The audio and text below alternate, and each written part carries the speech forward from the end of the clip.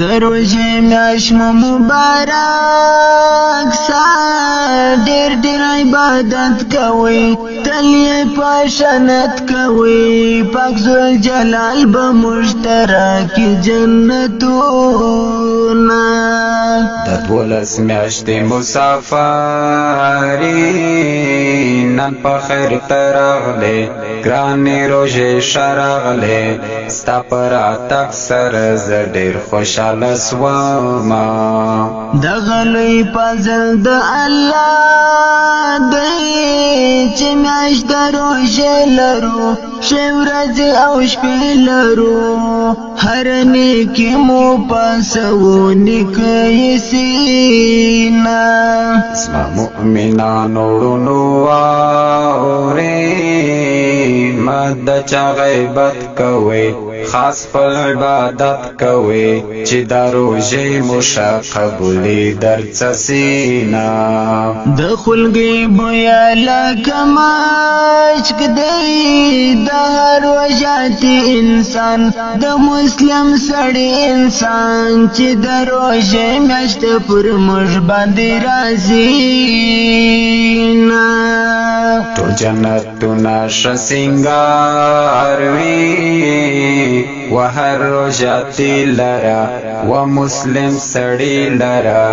موږ بختور یو چې روژې نیسو په مینه تندې او لوږې دې تېرېږي زما پر بدن باندې پر ټوله وطن باندې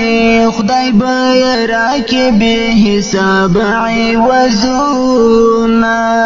چاته چې څوک روژه مات ورکړي سردار عالم وایي زموږ نبي اکرم وایي نو ورته جوړ سي په جنت کې ښه ځایونه ټوله دعا کوي قبلېږي ټول مسلمانانو ته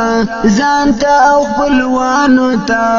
د روژه مات پر وخت خدای نه ردوي د مسلمان دغه خصلات وي ډېر وي انتظار تاته دوی سترګې په لار تاته د ارمان یې چې ته اخلې رخصتونه داسې راشي ګناهونه د هر وژات څخه بیا د هر سړي څخه لکه پر وچه درخت چې راسي بادونه دا مې پیغام هر مسلمان ته دا د عبادت وخت دی ښه د برکت وخت دی د 28 په شپه نو مه کوئ خوبونه مینه دې ډېره زما په زړه کې تل دې په بیتو ستایم تا په ترانو ستایم زه خان محمد ریحان دې وایم صفتونه مینه دې ډېر زما په زړه کې